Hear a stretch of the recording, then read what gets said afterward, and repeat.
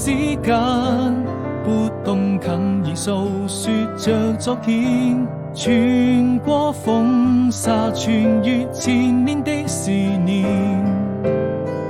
未來還有多遠，我們會在哪裡相見？一切又回到起點。我知道夜和白天已經越來越遠，你會用那些時光停留在這個瞬間，永遠記得你那張純真的笑臉。